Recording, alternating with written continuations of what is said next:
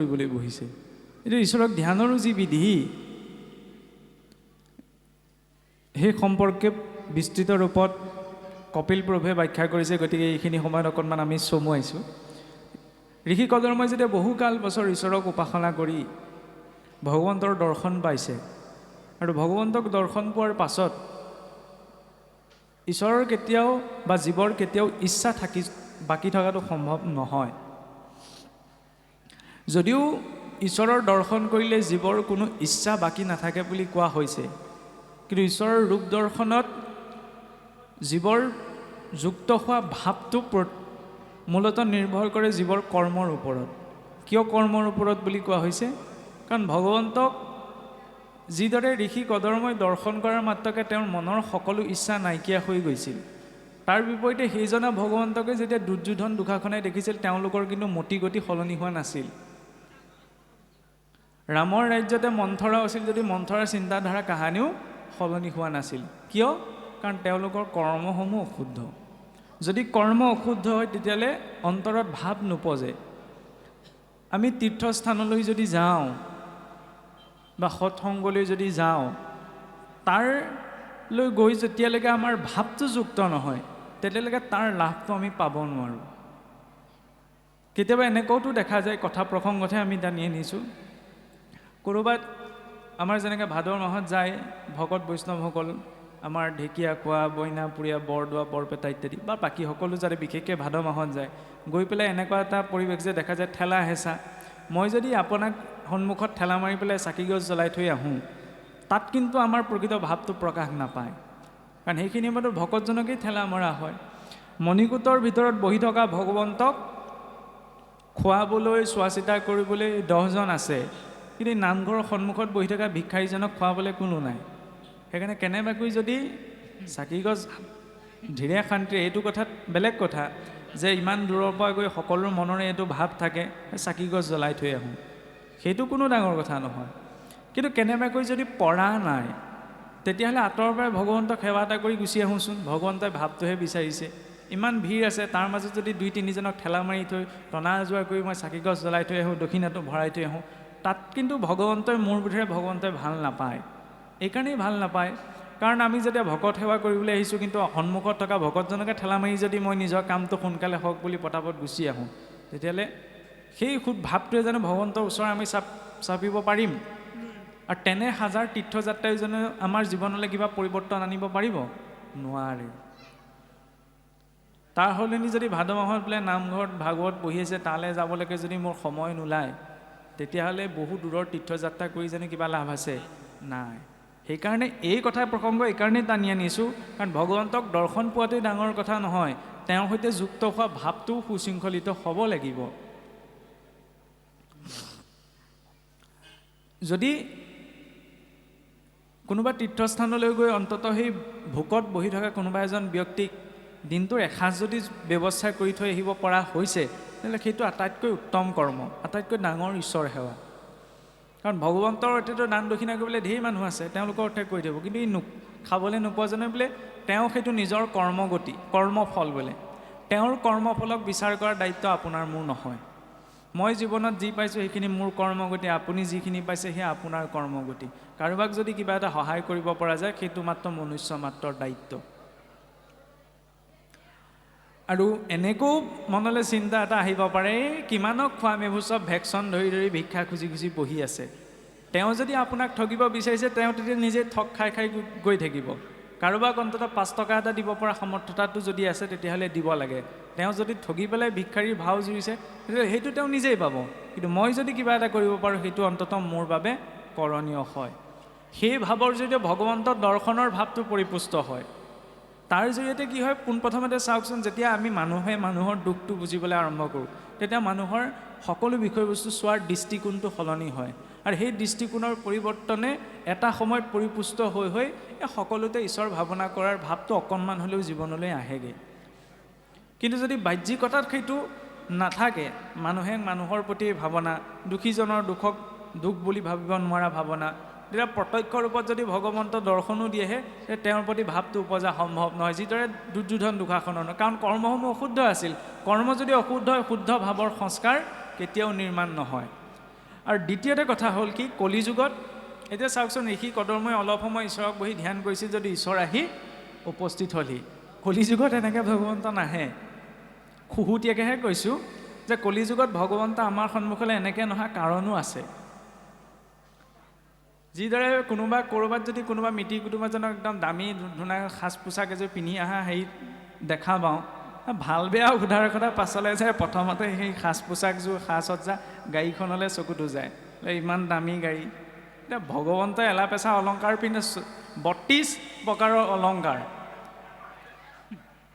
ইমানখিনি সা সজ্জাত যদি আহে জীৱৰ বুদ্ধিটো চঞ্চল হোৱাৰ কাৰণে প্ৰথমতে ভগৱন্তৰ দৃষ্টি থাকিব তাৰপৰা লাহেকৈ বোলে ভগৱন্তৰ ঐশ্বৰ্যলৈহে দৃষ্টিটো যাব সেইবাবে ভগৱন্তৰ সেই দিব্য ৰূপটো অৰ্জুনক চাইছোঁ অৰ্জুনৰো ভগৱন্তৰ লগতে আছে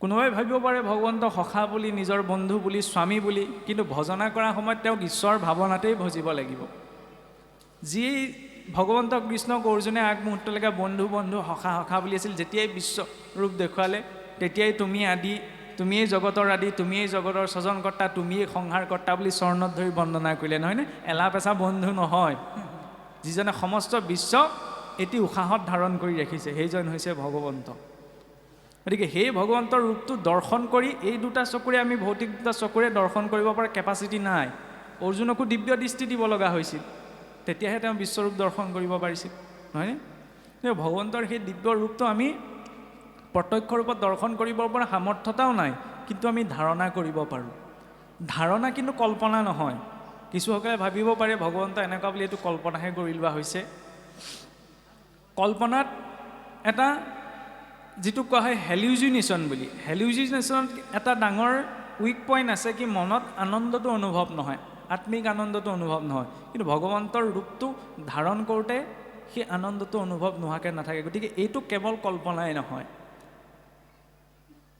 এইখিনিতেও ভাবি ল'ব পাৰোঁ ভগৱন্তৰ যেনেকৈ চৰণৰ পৰা মুখমণ্ডলৈকে যিটো ৰূপ সেইটো মানুহে নিজৰ ধাৰণাৰ কাৰণে কল্পনা কৰি লোৱা এটা ৰূপ কাৰণ গৰুজনীক যদি ভগৱান কেনেকুৱা বুলি ভাবে তেতিয়া গৰুজনীয়ে গৰুজনীৰ নিচিনা ভগৱানৰ কথা ক'ব কুকুৰটোক যদি সোধা যায় বোলে ভগৱান কেনেকুৱা তেতিয়া কুকুৰটোৱে ক'ব পাৰিলে কুকুৰটোৰ নিচিনা ভগৱান এজন কল্পনা কৰিব আৰু মানুহক সোধা হ'ল কাৰণে মানুহে হাত ভৰি থকা এজন কল্পনা কৰি ল'লোঁ কিন্তু আমাৰ চাবচোন দৰ্শন এটা আছে আমি গাঁৱলীয়া সমাজতে কি বুলি কওঁ বাপেক পুতেকৰ নিচিনা বুলি কওঁ নে পুতেক বাপেকৰ নিচিনা বুলি কওঁ কেতিয়াও বাপেক পুতেকৰ নিচিনা বুলি নকওঁ পুতেক বাপেকৰ নিচিনা বুলি কওঁ মানে পিতৃৰ গুণ বৈশিষ্ট্য পুত্ৰৰ জৰিয়তে প্ৰকাশ পায় পুত্ৰৰ জৰিয়তে পুত্ৰৰ গুণ বৈশিষ্ট্য পিতৃত প্ৰকাশ নাপায় ঠিক তেনেদৰে এই যে ৮৪ লক্ষ যোনি আছে মৰ্ত লোকত এই ৮৪ লক্ষ যোনিৰ ভিতৰত আটাইতকৈ শ্ৰেষ্ঠ শৰীৰটো হৈছে মনুষ্য শৰীৰ এইটো বোলে মানুহে নিজকে পাতি ল'লে মানুহে নিজকে পাতি লোৱা নাই অন্য জীৱক বিবেক শক্তিটো দিয়া হোৱা নাই কিন্তু মনুষ্যক দিছে অন্য জীৱৰ পাপ পুণ্যৰ লেখা নাই কিন্তু মনুষ্যৰ আছে অন্য জীৱই ঊৰ্ধ্বলৈহিক গতি কৰিব নালাগে কিন্তু মনুষ্য শৰীৰত লাগে সেইবাবে মনুষ্য শৰীৰটো আমি সহজে নাপাওঁ বিষ্ণু পুৰাণত এটা সুন্দৰ শ্লোক পোৱা যায় যে স্থাৱৰং বিঞ্চতে লক্ষ্যম জলজম নৱলক্ষকম কুৰুমাংস নৱলক্ষম চ দশলক্ষম চ পক্ষিণঃ ত্ৰিংশলক্ষম চ পশুৰ্ণং চ চতুৰ্লক্ষম চ বানৰা ততো মনুষ্যতাং প্ৰাপ্য ততঃ কৰ্মাণি সাধয়েৎ ৮৪ লক্ষ গছ গছনিৰ ৰূপত ২০ লাখ বাৰ জল শৰীৰত ৯ লাখ বাৰ পুনৰ উভচৰ ৰূপত ৯ লাখ বাৰ ১০ লাখ পক্ষীকুলত ৩০ লাখ বাৰ পশু শৰীৰত ৪ লাখ বাৰ গন্ধৰ্ব দেৱতা নাগ ইত্যাদি বিভিন্ন শৰীৰত প্ৰৱেশ কৰি ততো মনুষ্যতাং প্ৰাপ্য তাৰপিছত জীৱই মনুষ্যত্ব প্ৰাপ্ত কৰে বোলে কোনে দেখিছে ময়ো দেখিছোঁ বুলি ক'ব নোৱাৰোঁ কৈ থকা জনেও এতিয়া কথা হ'ল কি এতিয়া ইয়াত বহি থকা কোনো এজন ব্যক্তিয়ে এইটোও ক'ব নাই যে বি খালে যে মানুহ মই নিজে দেখিছোঁ বা অনুভৱ কৰিছোঁ বি খালে যে মানুহ মৰে সেইটো আপুনি মই অনুভৱ কৰা নাই তেতিয়াহ'লে কিহৰ ভিত্তিত কৈছোঁ যে বি খালে মানুহ মৰে কাৰণ আমাক বিশেষজ্ঞ এজনে কৈছে তেওঁ কথাটোত আমি বিশ্বাসত লৈছোঁ নহয়নে বিশ্বাসত লৈছোঁ কাৰণে ক'ব পাৰিছোঁ যেতিয়া ভৌতিক জগতৰ ব্যক্তি এজনৰ বিশ্বাসৰ আধাৰতে পদাৰ্থ এটাৰ গুণাগুণ আমি বিচাৰ কৰিব পাৰিছোঁ পূৰ্বৰ পৰা ইতিহাসে ঢুকি নোপোৱা কালৰ পৰা ঋষিসকলে যিখিনি তথ্য আমাক দি থৈ গ'ল সেইখিনিক বিশ্বাস নকৰা কিবা শংকা আছে জানো নাই সেইকাৰণে কিছু কথা সৰলতাৰে গ্ৰহণ কৰাটো প্ৰয়োজন। ভাগৱতৰ আৰম্ভণি শ্লোকতো সেইবাবে কোৱা হৈছে, ভাগৱত কোনে পাব? নিৰ্মং চৰণাং শ্ৰতাং, যাৰ হৃদয়খন নিৰ্মল হ'ব, সহজতা থাকিব। সহজতা আৰু সৰলতাতহে ভগৱন্তক পোৱা সম্ভৱ। আৰু বৰকে বুজি থকা সকলে ভগৱন্তক কাহানিও পোৱাগে কিন্তু নাই। সংসাৰে যিসকলক পাগল বুলি কয় সেইসকলেহে ভগৱন্তক পাইছেগৈ, নহয়নে? পাতখিলা, গছৰ পাতখিলাটো বোলে ঈশ্বৰক দেখাটো, এইটোৱে সাধাৰণ দৃষ্টিত চাবলৈ গ'লে এইটো পাগলামি হয়নে? আমি কোনোবা মানুহে ক'বলৈ গ'লে এইটো পাগল হ'ল বোলে গছৰ পাতখিলাত ভগৱানক দেখিবলৈ গৈছে।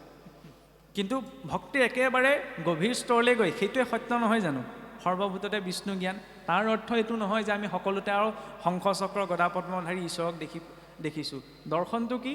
যে যিটো চেতনা এই গোটেই বিশ্ব ব্ৰহ্মাণ্ডখন সৃষ্টিৰ বাবে, যাক আমি কাৰণ বুলি কৈছোঁ, সেই চেতনা সৃষ্টিৰ জড় জীৱ সকলোতে ব্যাপ্ত হৈ আছে। পদাৰ্থ বিজ্ঞানৰ দৃষ্টিৰে যদি চাবলৈ যাওঁ, ওপৰে এইটো মনুষ্য শৰীৰ, এইটো মানুহ, সেইটো কুকুৰৰ শৰীৰ। আজি কোৱাণ্টাম পদাৰ্থ বিদ্যাই এইটো কথা প্ৰমাণিত হৈছে যে কোৱাণ্টাম লেভেলত সকলো জীৱৰ প্ৰকৃত এইটো অৱস্থা নাই। মানুহৰ এইটো শৰীৰৰ গঠনৰ অস্তিত্বই নাই। ভৌতিক স্তৰত সেইটো আছে, কিন্তু একেবাৰে আণুবীক্ষণিক স্তৰত এই সকলো বোলে কিছুমান শক্তিৰ পুঞ্জহে, যাক কোৱাণ্টা বুলি কোৱা হয়। সেইকাৰণে কোৱা হৈছে যে অবস্তুক দেখাবয়ও বস্তুক আৱৰি, অবস্তু নোহোৱাটোক, ৰছীডাল আন্ধাৰত পৰিছে তাকে সাপ বুলি ভাবিছোঁ। ঠিক তেনেদৰে এই যে ভেদ জ্ঞান আছে সংসাৰৰ প্ৰতি থকা ভেদ জ্ঞানটোৱেই হৈছে মায়া। আৰু সংসাৰৰ প্ৰতি থকা ব্ৰহ্মজ্ঞান সকলোতে তেওঁ আছে। কোনোবা এজনে বেয়াকৈ কিবা এটা কৈ আছে, সেইখিনি সময়তেতো ভাৱনা কৰা যে তেওঁতো ঈশ্বৰ আছে, কিন্তু তেওঁ সংস্কাৰে ঢুকি পোৱা নাই, সেইকাৰণে তেওঁ এনেধৰণৰ ব্যৱহাৰ কৰিছে। সেই চিন্তাটো হৈছে ভাগৱতৰ দৰ্শন। আৰু সেই চিন্তাটো হৈছে সকলো ভূততে ঈশ্বৰ আছে বুলি ভাৱনা কৰিব পৰা চিন্তা। এটা কথা ঠিক, সকলোৱেতো আমি এই ভাৱনাটো পোনপ্ৰথমতেই মনলৈ আনি লোৱাটো সম্ভৱ নহয়, কাৰণ মুখেৰে কৈছোঁহে, আচৰণ কৰাটো বৰ টান। তেতিয়াহ'লে সেই আচৰণৰ স্তৰলৈ আমি কেনেকৈ যাম? বিশ্বাসৰ, আমি যদিও কৈছোঁ বিশ্বাসে মিলয় হৰি তৰ্কে বহু দূৰ, বিশ্বাসৰ আধাৰ কি? ভাৱেই নহয় জানো? য'ত ভাৱ নাই তাত বিশ্বাস আছে জানো? আপোনাক মোক যদি সোধা যে আপুনি দেখিছে নিজে আপোনাৰ পিতৃ মাতৃ আপোনাৰেই পিতৃ মাতৃ হয়, চকুৰে দেখিছে জানো? আজিলৈকেতো নাই দেখা। তাৰ আধাৰ কি? বিশ্বাসেই নহয় জানো? তাত কাহানি বা পৰীক্ষা কৰাৰ প্ৰয়োজনীয়তা আহিছে জানো? নাই অহা। এই চিন্তাটো এতিয়া ঈশ্বৰমুখী কৰিব লাগে। DNA টেষ্ট কৰে, কথা এটা পটককৈ কাণত পৰিলে, এতিয়া DNA টেষ্ট কৰি আমি পিতৃ মাতৃ হয়নে নহয় আজিকালি গম পাব পাৰোঁ, নহয়নে? এতিয়া DNA টেষ্ট কৰি আমি সঠিকটো গম পাব নোৱাৰোঁ। কেনেকৈ জানেনে?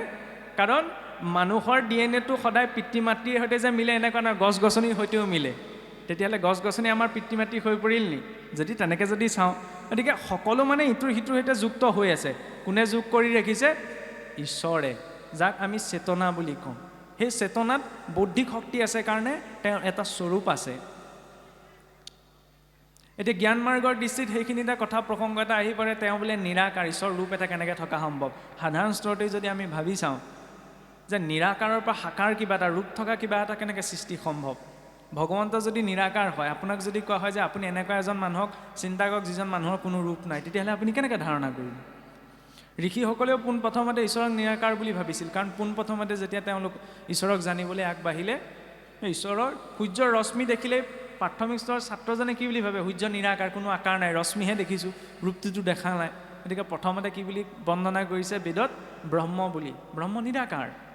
কিন্তু তাতকৈ আৰু অধিক যেতিয়া জানিবলৈ আগবাঢ়িলে তেতিয়া গম পালে যে নহয়, এই ৰশ্মিৰ স্বৰূপ ব্ৰহ্মজ্যোতিৰ এটা উৎস আছে, মানে এটা আকাৰো আছে। সেইটোৱেই হৈছে পৰমাত্মা ৰূপটো। ব্ৰহ্মেতি পৰমাত্মেতি ভগৱানেতি শব্দতি। আৰু যেতিয়া আৰু অধিক জানিবলৈ আগবাঢ়িলে তেতিয়া গম পালে নহয় যে সেই ৰূপটোৰ এটা সম্পূৰ্ণ পৰিগ্ৰহ আছে। ভগৱান এটি শব্দতে ভগৱান ৰূপত জানিব পাৰিলে।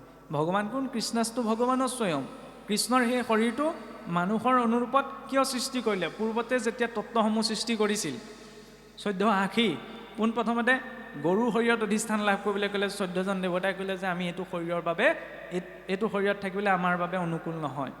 ঘোঁৰাৰ শৰীৰ এটা সৃষ্টি কৰি দিয়ে বোলে তোমালোক ইয়াত থাকা, বোলে এইটো শৰীৰো আমাৰ বাবে অনুকূল নহয়। আৰু ভগৱন্তই নিজৰ অনুৰূপত যি প্ৰজাপতি ব্ৰহ্মাই মনুষ্য শৰীৰটো সৃষ্টি কৰিলে স্বয়ম্ভৱ মনু আদিৰ ৰূপত, সেই মনুষ্য শৰীৰটো দিলে, তোমালোক ইয়াত অধিষ্ঠান লাভ কৰা। তেতিয়া সেই 14জন সাক্ষীয়ে এই শৰীৰত অধিষ্ঠান লাভ কৰিছিল। সেইকাৰণে আমাৰ নাসিকাত ইন্দ্ৰিয়, দেৱতা আৰু বিষয় এই তিনিটা যুক্ত হৈ আছে।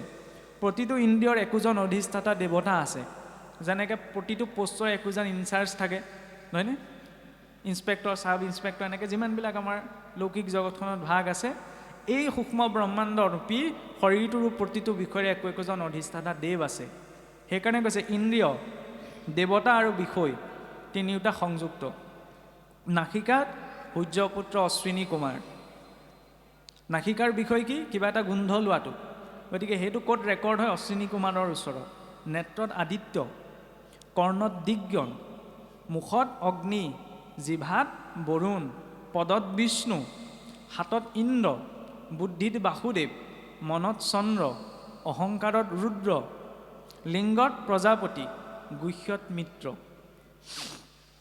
আৰু এইসকল ইন্দ্ৰিয়ই যি কৰ্ম কৰে সেই সকলো ষ্ট'ৰ্ড হৈ এই অধিষ্ঠাতা দেৱসকলৰ ওচৰত সিংহটোৰ শৰীৰত এই 14 হাখি নাই কিন্তু মনুষ্য শৰীৰত আছে আৰু অন্তিম সময়ত আমাৰ গতিটো ক'ৰ পৰা নিৰ্মাণ হয় ইয়াত মুখেৰে মই আৰু ভাল কথা কৈ নাথাকোঁ কিয় মোৰ ইন্দ্ৰিয়সমূহত যেনে ধৰণৰ প্ৰবৃত্তি আছে তাৰ অনুৰূপতেই মোৰ গতিটো সম্ভৱ সেইকাৰণে ভাগৱতৰ যাত্ৰাটো হৈছে অন্তৰ্মুখী যেতিয়ালৈকে অন্তৰত সেই ভাৱটো সৃষ্টি কৰি নলওঁ তেতিয়ালৈকে ঈশ্বৰৰ সেই প্ৰকৃত ৰূপটো ধ্যান কৰি সেই ভাৱেৰে তেওঁৰ ওচৰলৈ আগবঢ়াটো বহুত কঠিন সেইবাবে প্ৰথম ভাৱৰ শুদ্ধতা হ'লেহে ভগৱন্তৰ সেই প্ৰকৃত ৰূপটো আমি ধ্যান কৰিব নহ'লে ভগৱন্তৰ ৰূপটো চোন আমি ফটোটো দেখি আছোঁ বিতৰ্ক এইবিলাক দিশত ধৰিলেকে যে ভগৱন্তই সোঁহাতত শংখ লৈ আছে নে চক্ৰ লৈ আছে এইবিলাকনো বিচাৰ কৰিবলগীয়া কথা নাই কোনোবা এদিন মন গ'ল যেনিবা সোঁহাতত শংখটো ল'লে কোনোবাখিনি চক্ৰখন ল'লে সেইটো কোনো ডাঙৰ কথা নহয় ভগৱন্তৰ প্ৰকৃত ৰূপটোৱে কাক প্ৰতিনিধিত্ব কৰিছে শংখ চক্ৰ গদা পদ্মই কাক দেখুৱাইছে সেই দৰ্শনটো আমাক লাগে নহয়নে আৰু ভগৱন্ত আমাৰ ঈশ্বৰো এনেকুৱাকৈ কল্পনা আছে হাতত দা কুঠাৰ এইবোৰ অস্ত্ৰ শস্ত্ৰ আছে নহয়নে তেতিয়াহ'লে বোলে হিন্দুসকলৰ উপাস্যসকল বৰ ক্ৰোধাত্মক নি যে সকলো দেৱী দেৱতাই গোটেই হাতত কোনোবাই গদা লৈ আছে চক্ৰ লৈ আছে কোনোবাই ত্ৰিশূল লৈ আছে বাকীসকলৰ ঈশ্বৰটো কল্পনা তেনেকৈ কৰা নাই কল্পনা কৰিছে যে হাতত কোনো প্ৰকাৰ অস্ত্ৰ নাই আমাৰ সকলোৱে গোটেই অস্ত্ৰ শস্ত্ৰ সোপা আছে আৰে কৃষ্ণ মানে সেইজনেই নহয় যে কোনোবাই কিবা এটা কৈছে মিচিককৈ হাঁহি মাৰিয়ে বাঁহী বজাই থকাজনেই কৃষ্ণৰ গাম কৃষ্ণ মানে সেইজনে যেতিয়া শিশুপালে ইমানখিনি অধৰ্ম কৰিলে খন্তেকতে তেওঁ শিৰচ্ছেদ কৰি দিলে নহয়নে কিন্তু সেইখিনিতো চাবলগীয়া কথা আছে এশটা গালিটো শুনিলে সেইকণ ধৈৰ্যটো তেওঁৰ ওচৰত আছে কেপাচিটি আছিল যে একটা গালি শুনোতে শিশুপালক মাৰি দিব পাৰিলেহেঁতেন কিন্তু যাৰ শৰীৰত অন্ততঃ সেই এশটা বেয়া কথা শুনাৰ ধৈৰ্যগুণ আছে সৰ্বসামৰ্থ্যৱান ঈশ্বৰ আবিৰ্ভাৱ হৈছে ক'ত কংসৰ কাৰাগাৰত কিয় লীলা বিস্তাৰৰ বাবে চক্ৰখনৰ প্ৰকৃতিটো হৈছে নামটো হৈছে সুদৰ্শন মানে দেখিবলৈ যি বোলে সুন্দৰ তেওঁক আমি সুদৰ্শন বুলি কওঁ নহয়নে এই সুদৰ্শন দেখি চক্ৰ ঘাতক অস্ত্ৰপাতনো আকৌ সুদৰ্শন হ'ব পাৰেনে সেইকাৰণে এক দৰ্শন অনুসৰি সেই চক্ৰৰ লগত গুৰুকো বুজোৱা হয় সুদৰ্শনতকৈ আৰু শক্তিশালী চক্ৰ নাই বোলে তাতোতকৈ আছে বোলে ব্ৰহ্মাস্ত্ৰ এইবিলাক কল্পনাৰ কথা ভগৱন্তই যি অস্ত্ৰ ধাৰণ কৰিছে তাতকৈও শক্তিশালী কিবা থকা সম্ভৱনে সেই চক্ৰৰ কামটো কি নিৰন্তৰ সেই চক্ৰ যিদৰে সংসাৰ চক্ৰ নিৰন্তৰ ঘূৰি আছে ঠিক তেনেদৰে গুৰুৰূপী সেই দৰ্শনত যাৰ দৰ্শন কৰাৰ লগে লগে মনলৈ ভক্তিভাৱ আহে সেই সুদৰ্শনৰূপী গুৰুৱে অজ্ঞানতা নাশ কৰি জ্ঞানৰ উদ্ভৱ ঘটাব পৰাৰ কেপাচিটিটো আছে সেইবাবে চক্ৰৰ লগত গুৰুকো তুলনা কৰা হয় শংখৰ লগত নামকো তুলনা কৰা হয় যেতিয়া শংখই আদিত ধ্বনি সৃষ্টি কৰে আৰু সেই ধ্বনিয়ে হৈছে সৃষ্টিৰ আদি মূল যাক শব্দ ব্ৰহ্ম বুলি কোৱা হৈছে নাদেন বিনা জ্ঞানম নাদেন বিনা শিৱঃ নাদৰূপম পৰমম জ্যোতি নাদৰূপম স্বয়ং হৰি শব্দৰ জৰিয়তে শব্দ এটা উচ্চাৰণ কৰাৰ লগে লগে তাৰ সৈতে একোটা আকাৰো জড়িত হৈ থাকে আজি পদাৰ্থ বিজ্ঞানে সেইটো প্ৰমাণ কৰি দেখুৱালে যে কোনোবাই যেতিয়া কিবা এটা বাক্য উচ্চাৰণ কৰে তাৰ সৈতে জড়িত এটা ৰূপো থাকে ঠিক তেনেদৰে ভাৰতীয় বৈদিক সংস্কৃতিত কিটো কল্পনা কৰে যে প্ৰথম প্ৰণৱ ধ্বনি উচ্চাৰিত হ'লে প্ৰণৱ ধ্বনিৰ পাছত সৃষ্টিখন বিস্তাৰ হৈছে প্ৰথম ধ্বনি আহিছে তাৰ পাছতহে সৃষ্টিৰ বিস্তাৰ হৈছে সেইবাবে সেই ধ্বনিক শংখয়ো প্ৰতিনিধিত্ব কৰে শক্তিক প্ৰতিনিধিত্ব কৰে কৌমুদকী গদাটিয়ে আৰু নিৰ্মলতাক প্ৰতিনিধিত্ব কৰে পদ্ম পুষ্পপাহীয়ে কাৰণ পদ্ম ফুল পাহত এতিয়া চাবলৈ গ'লে এফালৰ পৰা চাবলৈ গ'লে পদুম ফুল পাহতকৈচোন গোলাপ ফুল পাহে ধুনীয়া ভগৱন্তে হাতত গোলাপ ফুলো ল'ব পাৰে পদুম ফুল পাহেনো কেলেই লৈছে পদুম ফুলৰটো এটা সাধাৰণ লক্ষণ আছে য'ৰ বীজটো ৰোপণ হয় বোকাত, কিন্তু সি বিকশিত হয় জলৰ ঊৰ্ধ্বত আৰু বোকা পানীয়ে তাক স্পৰ্শ কৰিব নোৱাৰে। নিৰ্মলতা, কেনে নিৰ্মলতা? জীৱসকলে সংসাৰতেই থাকিব লাগিব, এই মায়াৰ সংসাৰৰ পৰা আঁতৰি কোনেও ভক্তি কৰাটো সম্ভৱ নহয়, কিন্তু নিৰ্লিপ্ত ভাৱত, সেইটো হৈছে নিৰ্মলতা। প্ৰয়োজনীয় বস্তুখিনি লাগিব, কিন্তু তাত যাতে আসক্তিটো উৎপন্ন নহয়, সেই নিৰাসক্ত ভাৱক প্ৰতিনিধিত্ব কৰে পদ্ম পুষ্পপাহি। এতিয়া পদুম ফুলপাহ যদি বোকাৰ পৰা আঁতৰাই দিয়ে তেতিয়া জানো ফুলপাহ ফুলিব? বোকাতেই দিব লাগিব, নহয়নে? গতিকে আমি মায়াৰ জীৱ মায়াতেই থাকিব লাগিব, কিন্তু যাতে আসক্তিয়ে আমাক বদ্ধ কৰাব নোৱাৰে, সেইকণ চেতনা আমাৰ ভিতৰত লাগিব। আৰু দ্বিতীয়তে আৰু এটা দৰ্শন আছে, পদুম ফুলপাহ যেতিয়া পাহটো মেলে তেতিয়া দেখিবলৈ সুন্দৰ লাগে, নহয়নে? এপাহ এপাহকৈ যদি পাতখিলা এৰুৱাই দিয়ে তেতিয়া দেখিবলৈ ভাল লাগিবনে? কেতিয়াওতো নালাগে। সেইকাৰণে সমাজ বুলি ক'লে যেতিয়া সকলো একেলগে থাকে তেতিয়াহে সুন্দৰ হয়। তেওঁ আমুক খেলৰ, এওঁ আমুক খেলৰ, আজিকালি যিবিলাক হ'বলৈ ধৰিছে আমাৰ সমাজবিলাকৰ, এওঁ আমুক সংগতিৰ, তেওঁ তামুক পন্থৰ, এইবিলাকৰ জৰিয়তে সমাজ নহয়। যেতিয়া সমুদ্ৰ মন্থন কৰিছিল অসুৰ আৰু দেৱতা, কাহানি বা মিল আছে জানো? কিন্তু শ্ৰেষ্ঠ বস্তু অমৃতক পাবলৈ তেওঁলোক একেখন সমাজলৈ আহিব লগা হৈছিল। ইটোৱে সিটোক দেখিব নোৱাৰে, কিন্তু অমৃত বিচাৰিছিল কাৰণে একেখন সমাজলৈ আহিব লগা হৈছিল, নহয়নে? আমিতো অমৃত বিচৰা নাই, অমৃতৰ স্বজনকৰ্তা ঈশ্বৰক বিচাৰিছোঁ। গতিকে তেওঁক বিচাৰিবলৈ আহোঁতে পন্থ খেল নামত যদি ভাগ ভাগ হৈ আছে, তেতিয়া সেই পদুম ফুলপাহ ধাৰণ কৰাৰ সাৰ্থকতাটো ঈশ্বৰৰ ৰূপ চিন্তনত প্ৰকাশ নাপায়। তেনেদৰেও ভগৱন্তৰ চাৰি অস্ত্ৰৰ প্ৰকাশ আছে। গতিকে এনেধৰণৰ তাত্ত্বিক দৃষ্টিৰে যেতিয়া ভগৱন্তৰ সেই দিব্য ৰূপটো আমি মনত ধাৰণা কৰোঁ, তেতিয়া তেওঁৰ সেই স্বৰূপটোত মনটো নিবিষ্ট হয়। ৰূপটো সেইকাৰণেই লাগে।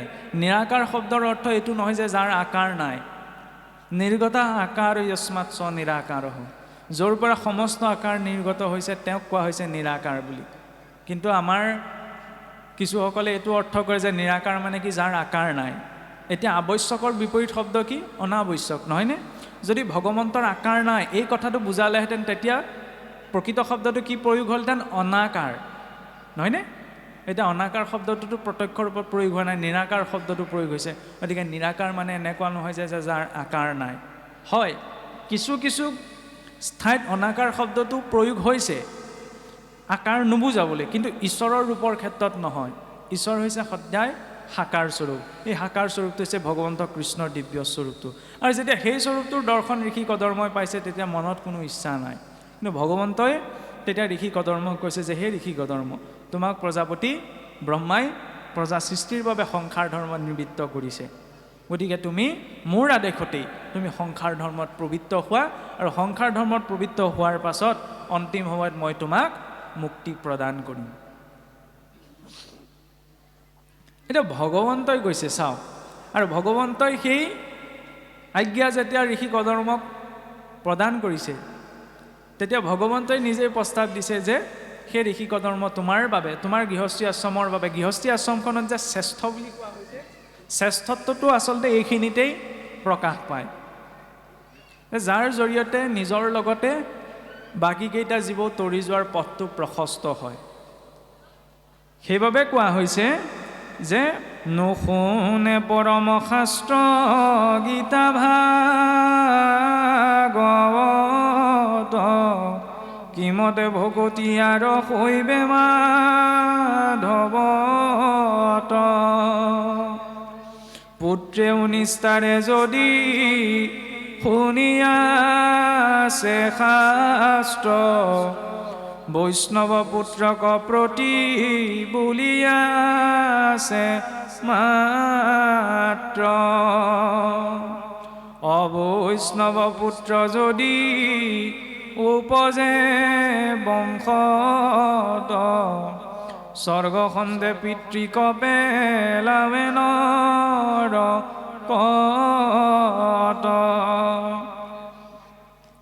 ঋষি কদৰ্মক আমি সংসাৰখনত কাৰোবাৰ ইষ্ট মিত্ৰ কুটুম্ব যি হৈছোঁ এইবিলাক সংসাৰ ধাৰৰ কথা, কিন্তু সংসাৰী বুলি ক'লে প্ৰকৃততে ভাৰতীয় সংস্কৃতিত কি বুজায়? এটা বৈষ্ণৱ পৰিয়াল। বৈষ্ণৱ মানে কিবা এটা পন্থ নহয়, বৈষ্ণৱ মানে সেই নীতি আদৰ্শ, যি আদৰ্শত চাওকচোন বৈষ্ণৱ বুলিলে কাক বুজা যায়? ভৃগুৰীষে গৈ পেলাই ভগৱান বিষ্ণুৰ বক্ষত গৈ গুৰ মাৰি দিলেগৈ। এই 2-3বাৰ মাতি আছোঁ, শুনা নাই কিয়? কিন্তু সেই বৈষ্ণৱজনৰ প্ৰতি ভগৱন্ত বিষ্ণুৱে কি ব্যৱহাৰ কৰিলে যে প্ৰভু মই নিৰ্ধাৰিত হৈ আছিলোঁ, আপোনাৰ উপস্থিতিৰ কথা গমেই নাপালোঁ। আমি সেইজন ইষ্টক উপাসনা কৰোঁ, নহয়নে? তেতিয়াহ'লে বৈষ্ণৱ বুলি ক'লে আমাৰ ভিতৰত সহনশীলতা শক্তিটো কিমান লাগিব। সেইকাৰণে গৃহস্থী আশ্ৰমখন পালন কৰোঁতে, পিতৃ মাতৃৰ সৈতে কথা পাতোঁতে, ল'ৰা ছোৱালীৰ সৈতে কথা পাতোঁতে, স্বামী স্ত্ৰীয়ে কথা পাতোঁতে, ইষ্টমিত্ৰৰ সৈতে কথা পাতোঁ যদি এই সহনশীলতাটো থাকে, তেতিয়াহ'লে সমস্যা কোনোখিনিতো সৃষ্টি নহয়। কিন্তু সহনশীলতাটো আমাৰ বৰ্তাই ৰখাটো অসম্ভৱ হৈ উঠে, সেইখিনিতেই কিবা এটা বিশৃংখলতাৰ সৃষ্টি হয়। আৰু এই সহনশীলতাৰ কথা ক'বলৈ গৈ সেইকাৰণে কি কোৱা হৈছে চাবচোন, আমাৰ শাস্ত্ৰসমূহত সন্তান উপাৰ্জনৰ কথা কোৱা নাই। ব্ৰহ্মাদেৱে সন্তান সৃষ্টি কৰা নাই, পুত্ৰ সৃষ্টি কৰিছে, নহয়নে? ঋষি কদৰ্ম তেওঁৰ পুত্ৰ, আৰু বৈষ্ণৱ ৰূপত সৃষ্টি কৰিছে। কাৰণ অবৈষ্ণৱ পুত্ৰ যদি বোলে উপজে বংশত, স্বৰ্গসন্তে পিতৃক পেলাৱে নৰকত। অবৈষ্ণৱ মানে কি? যিজন সহনশীল নহয়, ঈশ্বৰৰ প্ৰতি শ্ৰদ্ধা ভক্তি নাই, নহয়নে? তেনেকুৱা সন্তান যদি বংশ পৰিয়ালত জন্ম হয়, তেতিয়া নিশ্চয়কৈ সেই পৰিয়ালটোতো অধোগামী হ'ব।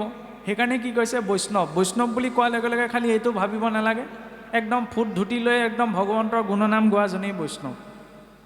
এইখিনি কিছুমান ব্যৱস্থা, কিন্তু বৈষ্ণৱ মানে সেইখিনি গুণক কোৱা হৈছে যিখিনি গুণৰ জৰিয়তে এজন ব্যক্তি সহনশীল হয়, ধৈৰ্যশীল হয়, ঈশ্বৰৰ প্ৰতি ভক্তিপৰায়ণ হয়। সেইবাবে কোৱা হৈছে যে পুত্ৰেও নিষ্ঠাৰে যদি শুনি আছে শাস্ত্ৰ, বৈষ্ণৱ পুত্ৰক প্ৰতি বুলি আছে মাত্ৰ। যাৰ বাবে শাস্ত্ৰত বৰ বেছিকৈ সন্তান শব্দটো প্ৰয়োগ হোৱা নাই। সন্তাপ প্ৰদায়তে ইতি সন্তান হয়, সন্তানে সন্তাপহে দিয়ে। পুত্ৰ বুলি শব্দটো প্ৰয়োগ হৈছে, পুত্ৰ মানে ল'ৰাৰ কথাই কোৱা হোৱা নাই।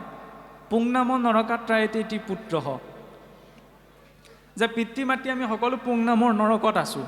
এই পুংনামৰ নৰকৰ পৰা যি উদ্ধাৰ কৰাৰ সামৰ্থ্যতা ৰাখে সেইজন হৈছে পুত্ৰ। যিদৰে এতিয়া ঋষি কদৰ্ম আৰু আই দেৱহূতিৰ জৰিয়তে কপিল প্ৰভুৱে তেওঁলোকক উদ্ধাৰ কৰাৰ দৰ্শন দেখুৱাইছিল। গতিকে গৃহস্থী আশ্ৰমখনত প্ৰৱেশ কৰিছে, ল'ৰা ছোৱালী লাগে, সেইকাৰণেই নহয়, তাৰ জৰিয়তে কোনোবা এজন মহাপুৰুষে এটা বৰ সুন্দৰ কথা কৈছিল যে মানুহে জীৱনটো এনেকুৱাকৈ যাপন কৰিব লাগে যাতে সমাজক আপোনাৰ আৱশ্যকতাটো অনুভৱ হয়।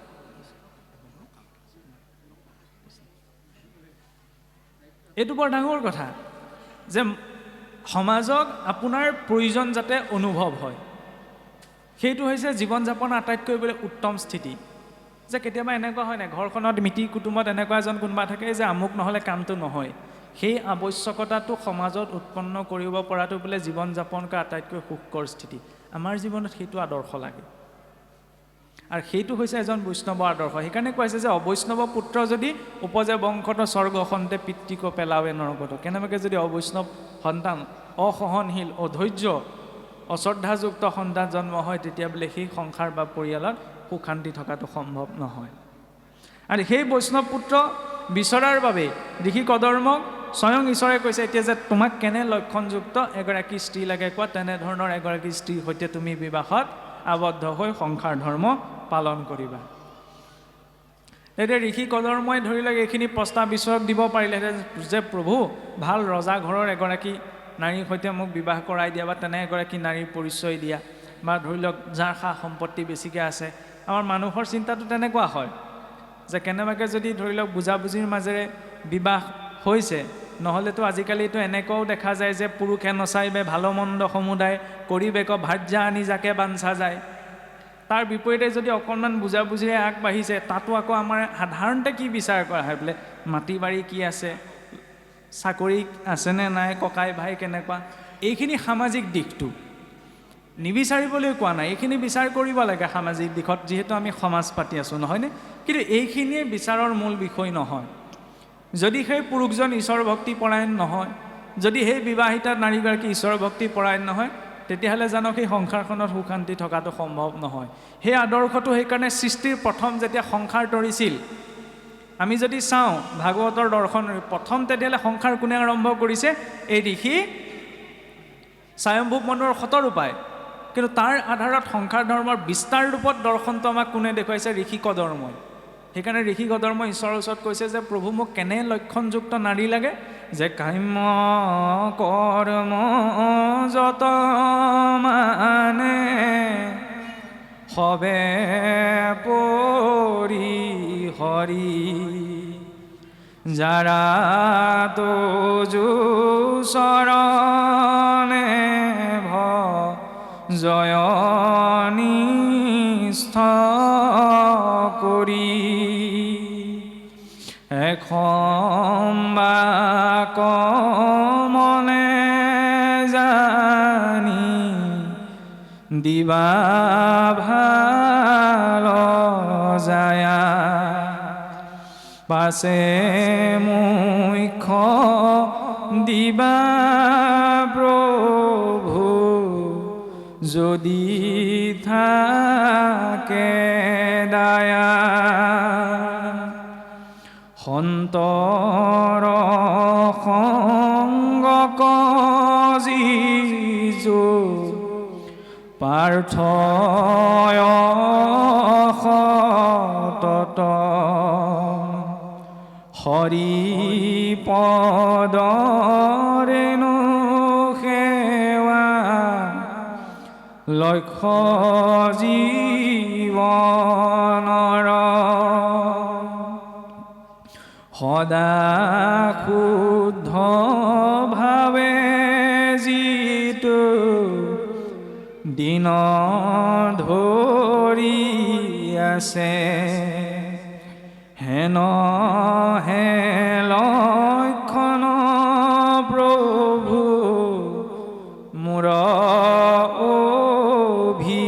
অভিমতে যে হে প্ৰভু তুমি এনেকুৱা এগৰাকী নাৰী দিয়া যে কাম্য কৰ্ম যত মানে সবে পূৰ্ণ কামনা বাসনা সকলো যি ক্ৰমাৎ এৰিছে যাৰা তজু চৰণে ভজয় নিশ্চয় কৰি তোমাৰ চৰণ ভজনাত যিগৰাকী নাৰীৰ মতি স্থিৰ হৈছে যি নিত্য নিৰন্তৰ শুদ্ধ সাত্বিকতাৰে কেৱল তোমাৰ চৰণ সেৱা আৰু সন্তসকলৰ সংগ প্ৰাৰ্থনা কৰে তেনেকুৱা এগৰাকী লক্ষণযুক্ত নাৰী মোক দিয়া ঋষি কদৰ্মই এইটো কোৱাই নাই যে মাটি বাৰী ইমান হ'ব লাগিব আমুক তামুক হ'ব লাগিব পুত্ৰ পৰিবাৰ এনেকুৱা হ'ব এনেকুৱা এগৰাকী দিয়া গতিকে পুৰুষেই হওক আধ্যাত্মিক দৰ্শনটো চাওক যে পুৰুষেই হওক বা নাৰীয়েই হওক আমি বাহ্যিক দিশ সকলো বিচাৰ কৰোঁ নহয়নে বংশ পৰিয়ালত কোন আছে কাৰ মৃত্যুত কিমান আছে ইমানখিনিলৈকে আমি বিচাৰ কৰোঁ কিন্তু শৰীৰমুখী হয়নে নহয় ভগৱন্তমুখী হয়নে নহয় এইটো কিন্তু বাদ পৰি থাকে আৰু কেনেবাকৈ প্ৰসংগলৈ আহিলেও কি কয় বিয়া কেইদিনমান আগত বোলে শৰণ লোৱা নাই নহয় শৰণ লৈ আহিব লাগে কেইদিনমানৰ পাছত বিয়া হ'ব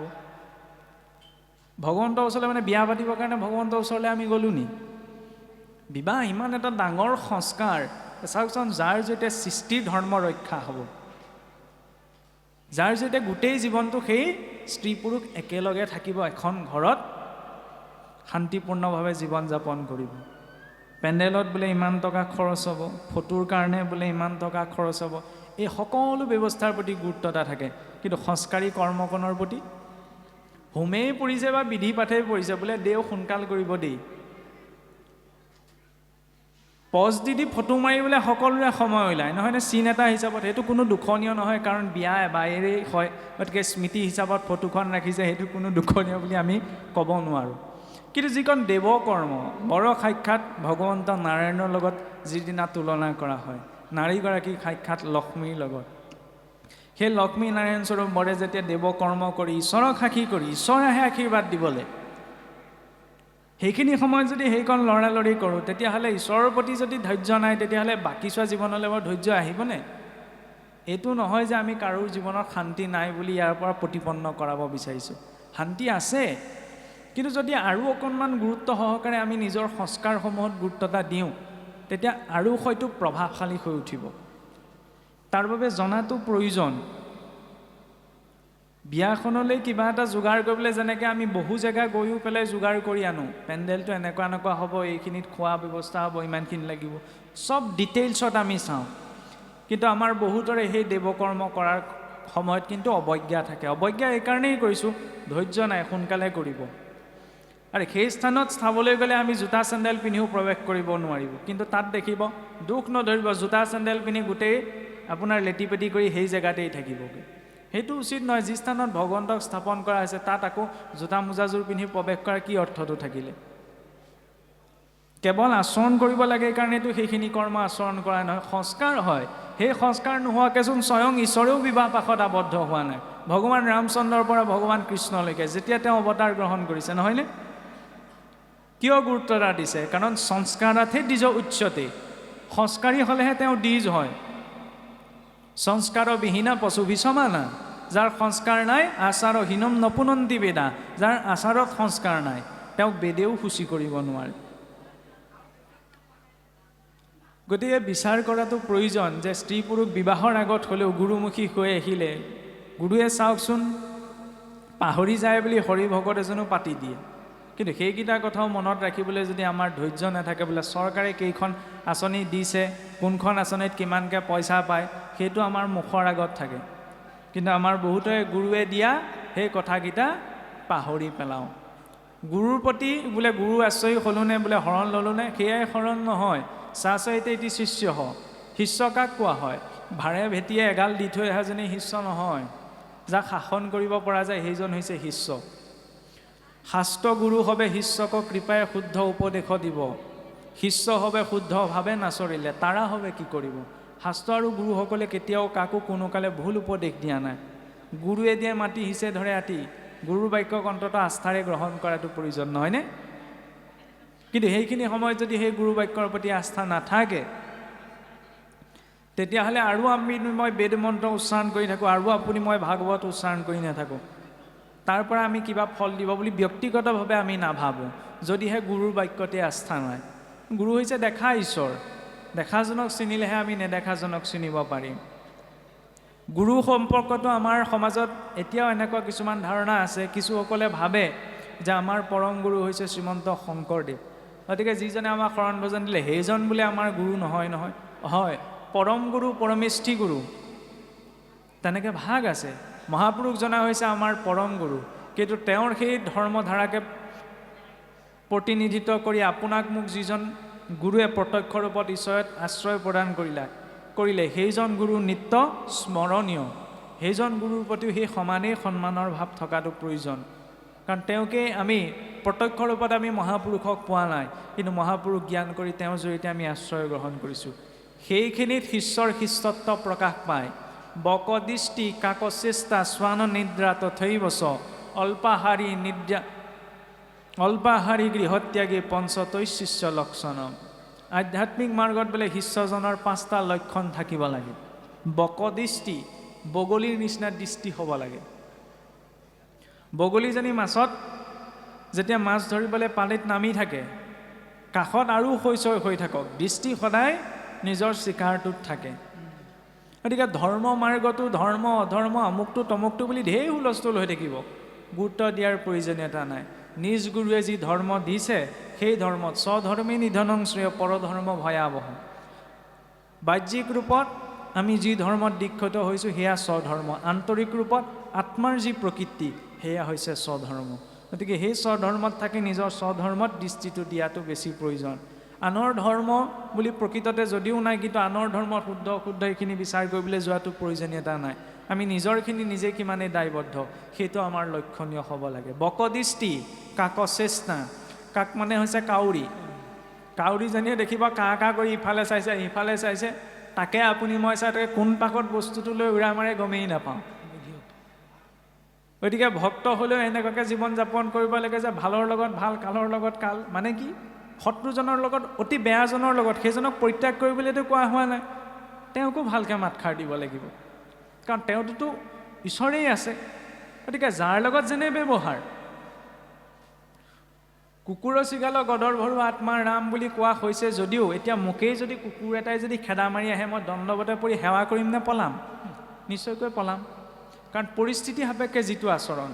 গতিকে পৰিস্থিতি সাপেক্ষে আমি যি আচৰণ কৰিব লাগে তাক কৰিম, কিন্তু লক্ষ্যটো স্পষ্ট হ'ব লাগিব। সেই কাউৰীৰ নিচিনা কা কা কৰি সকলোৰে লগত মিলি থাকিম, কিন্তু নিজৰ ধৰ্ম বস্তুটো হাতৰ মুঠিলৈ আমি আনিব পাৰিব লাগিব। বকদৃষ্টি কাকচেষ্টা স্বান নিদ্ৰা তথৈবচ। স্বান মানে হৈছে কুকুৰ। এতিয়া এনেই যদি আমি মানুহক সাধাৰণতে অসমীয়াত যদি এনেই কওঁ কুকুৰ বুলি কওঁ, সেয়া শুনিবলৈ কটু যেন লাগে নহয়নে? কিন্তু সংস্কৃত হৈছে সংস্কৃত লোকৰ ভাষা। সেইকাৰণে চাওকচোন, সংস্কৃত ভাষাত ক'তো গালি নাই, আৰু গালিৰ নামত যিবিলাক শব্দ প্ৰয়োগ কৰোঁ সেইবিলাক শুনিবলৈতো কোনো কঠোৰতা নাই।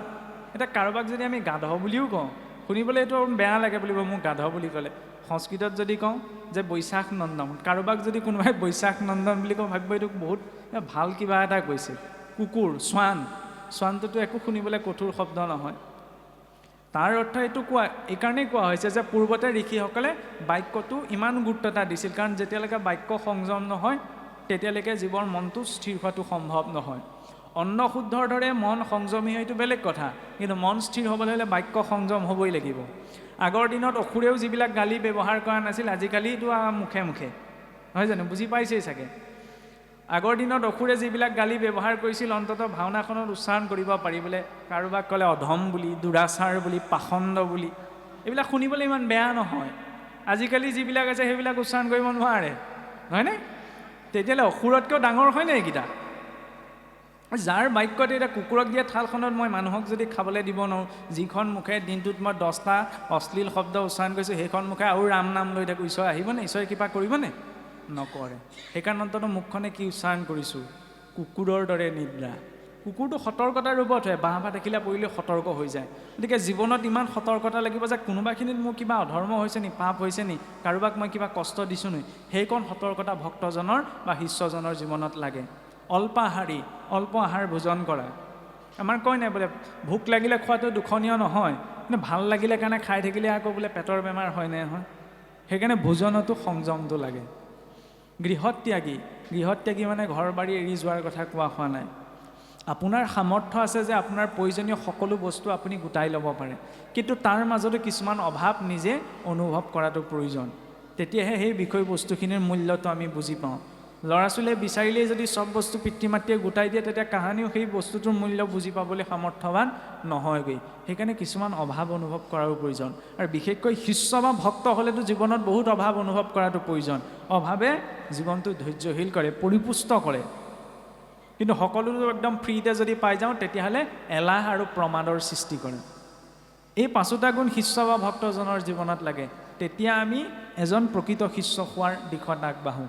আৰু শিষ্য নোহোৱাকৈ আমি শাস্ত্ৰীয় মাৰ্গত আগবাঢ়িব নোৱাৰোঁ। শুকদেৱকো বা শাস্ত্ৰকো গুৰু মানি আমি এই দিশত আগবাঢ়িব লাগিব। গতিকে এই 5টা লক্ষণ আমাৰ ভিতৰত লাগে। এতিয়া এই 5টা লক্ষণৰ আৰম্ভণি হয় সেই যিদিনা আমি গুৰুৰ ওচৰত আশ্ৰয় গ্ৰহণ কৰোঁ। সেইকাৰণে অকণমান জনা বুজা শক্তিটো অহাৰ লগে লগে গুৰুমুখী হোৱা ব্যৱস্থাটো লাগে। বহুতে ভয় কৰে কিজানি এতিয়াই শৰণ ভজন ল'লে নিজৰ ইচ্ছামতে খাবলৈ নাপাম। আমি এই কৈ থাকোঁ যে নাখাই পেলাই ভিক্ষাৰীজনো মৰা নাই, কিন্তু চিন্তাটো ঈশ্বৰ ভক্তিৰ ক্ষেত্ৰত আমাৰ চিন্তাটো ক'ত থাকে? নিজৰ ইচ্ছামতে খাবলৈ নাপাম। আপুনি মই ভজনীয়া হওঁ নহওঁ, যদি ভক্ষণ কৰিছোঁ তেতিয়াহ'লে সেইটো জীৱনত পাবই লাগিব। তাৰ পৰা ভজন লওঁ নলওঁ সেইটো বিচাৰ্য নহয়। শৰাইখন সজোৱা নামষাৰ কেনেকৈ গাব লাগে, প্ৰসংগ কৰিব লাগে, পাঠৰ আসনত কেনেকৈ বহিব লাগে, এইখিনি তাত্ত্বিক দিশ ভজনৰ দ্বিতীয় পৰ্যায়ৰ বিচাৰহে। প্ৰথম কি? সদাচাৰখিনি। সেই সদাচাৰখিনিহে আমাৰ জীৱনত লাগে। ৰাতিপুৱা তেওঁ শুই উঠিছে, বহুত জীৱ সাৰ পায় ৰাতিপুৱা, কিন্তু যি গুৰুত আশ্ৰয় গ্ৰহণ কৰিছে তেওঁ সাৰ পাই পোনপ্ৰথমতে সেই ধন্যবাদটো ঈশ্বৰক দিয়ে। সেইকাৰণে আগতে গুৰুসকলে এটা শ্লোক শিকাইছিল যে ৰাতিপুৱা শুই উঠিয়ে জন্ম কৰ্মৰ সাক্ষীস্বৰূপ এই 2খন হাত দৰ্শন কৰিবলৈ আমি ভাবিব লাগে যে কৰাগ্ৰে বসতে লক্ষ্মীম, কৰ মধ্যে সৰস্বতীম, কৰ মূলে তু গোবিন্দ প্ৰভাতে কৰ দৰ্শনম।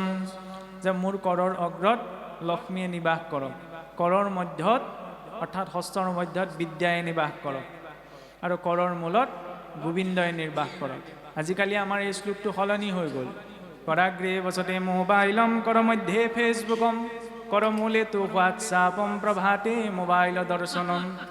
ৰাতিপুৱা আমাৰ সেয়া দৰ্শন হয়। বাৰু হওক, কোনো ডাঙৰ কথা নহয় সেইটো। অন্ততঃ মোবাইলটো চাই ঈশ্বৰৰ চিত্ৰ এখন ৰাখিবলৈ যাতে ঈশ্বৰলৈ মনত পৰে। তেওঁ দিলে কাৰণে সাৰ পাব পাৰিলোঁ, নহ'লে কিমান মানুহ শুই থাকোঁতেই মৰি থাকিলে ঠিক নাই। সেইকাৰণে পোনপ্ৰথম ৰাতিপুৱা শুই উঠিয়ে বোলে ঈশ্বৰক চিন্তা। আৰু সেই ঈশ্বৰৰ বিষয়ে আমি কাৰ জৰিয়তে জানিব পাৰিলোঁ? গুৰু কৃপাত।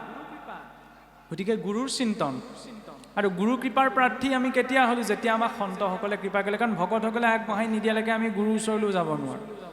এতিয়া প্ৰথম সন্ত কৃপা, তাৰপিছতহে গুৰু কৃপা, তাৰ পাছতহে ভগৱত কৃপা। গতিকে তাৰ লগতে ভক্তসকলকো স্মৰণ কৰাৰ প্ৰয়োজন। উদ্ধৱ, বিদুৰ, মৈত্ৰেয়, হনুমন্ত, জাম্বৱন্ত, বিভীষণ, শুক, ভীষ্ম আদি এইসকল মহান মহান প্ৰভুৰ ঐকান্তিক ভক্ত। তেওঁলোককো চিন্তা কৰি বিচনাৰ পৰা বোলে নামিব লাগে। দৰ্শনটো চাওকচোন, বিচনাৰ পৰাও আমাৰ গুৰুৱে কয় যে পোনপ্ৰথমতেই ভৰিটো বসুমতীত নিদিবা। কাৰণ নিদ্ৰালৈ যোৱা মানে সেইটো এটা মৃত অৱস্থা। আমি গভীৰ নিদ্ৰাৰ অৱস্থাত গম নাপাওঁ কি হৈ আছে কি নাই হোৱা।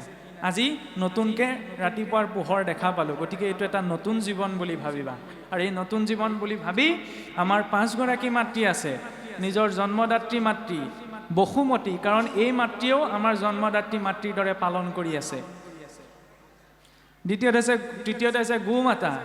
পূৰ্বতে তো ভাৰতীয় প্ৰায়খিনি সংস্কৃতি পশুপালনৰ ওপৰতে, গো পালনৰ ওপৰতে আছিল, আজিকালিহে গো পালন কমিছে, সেইটো বেলেগ কথা। গতিকে সেই গোকো মাতৃস্বৰূপত জ্ঞান কৰা হয়। আৰু পঞ্চমতে নিজ গুৰু পত্নী বা গুৰু মাতৃ। গতিকে শুই উঠিয়ে বিচনাত ভৰিটো দিওঁতে এই বসুমতীৰ প্ৰতিও প্ৰণাম জনাবলৈ। সমুদ্ৰে মেঘলে দেৱী পৰ্বত হস্তনমণ্ডলে বিষ্ণু পত্নী নমস্তুভ্যম পাদস্পৰ্শম ক্ষমস্বমী। ইমানখিনি গাব নোৱাৰিলেও অন্ততঃ এইটো ভাৱনা কৰিব লাগে যে হে মাতৃ, তুমি আমাক ধাৰণ কৰি আছা আৰু তোমাকেই মই ভৰিৰে স্পৰ্শ কৰিবলৈ আগবাঢ়িছোঁ। তুমি যেন পুত্ৰৰে অপৰাধ ক্ষমা কৰা, মই সেই ভাৱনা কৰি বিষ্ণু পত্নী বসুমতীক প্ৰণাম জনাইছোঁ। এয়া অন্য দেৱী পূজা নহয়। কিছুসকলে আকৌ কৈ দিব পাৰে যে এয়া অন্য দেৱী পূজা। এয়া অন্য দেৱী পূজা নহয়, প্ৰকৃতিৰ প্ৰতিটো বস্তুৰ প্ৰতি থকা সন্মানৰ বিনয়ী ভাৱ। কাৰণ মাটিটো এক চেতনা শক্তি আছে। চেতনা শক্তি নাই বুলি আপুনি কেনেকৈ ক'ব? কাৰণ একে মাটিতে কেৰেলাৰ তিতা সোৱাদো উৎপন্ন হৈছে, একে মাটিতে কলৰ মিঠা সোৱাদো উৎপন্ন হৈছে। সাৰ দিলততো তাৰ পৰা সেই সোৱাদ অহা নাই, মাটিয়েইটো দিছে, কাৰণ ইয়াতো এটা চেতনা শক্তি আছে। আৰু এই শৰীৰটোৰো সৰহ অংশ মাটিৰেই নিৰ্মাণ হয়। সেইকাৰণে সময়ত আমি পৰমাণু এটাও লৈ যাব নোৱাৰোঁ, চব মাটিকে ঘূৰাই দিব লাগিব। যাত্ৰাটো আৰম্ভ হৈছে মাটিৰ পৰা। পথাৰত আমি খেতিৰ দিনত বীজ সিঁচি থৈ আহিলোঁ, নহয়নে? বীজ সিঁচি থৈ আহিলোঁ, সেইখিনি হ'ল ধান। ধানৰ পৰা যেতিয়া গজালি ওলালে কি হ'ল? কঠীয়া। কঠীয়া সময়ত যেতিয়া পুৰঠ হ'ল, এতিয়া ধানৰ দিনত লাহেকৈ দাই আনিলোঁ, কি হ'ল? সেইখিনি যেতিয়া বনাই আনিলোঁ চাউল হ'ল। চাউল যেতিয়া ৰান্ধিলোঁ আমাৰ বাবে ভাত হ'ল সহজ অৰ্থত, বা অন্ন হ'ল, সিদ্ধ হ'ল। সেই অন্ন যেতিয়া আমি ভক্ষণ কৰিলোঁ, অন্নৰ পৰা কি উৎপন্ন হ'ল?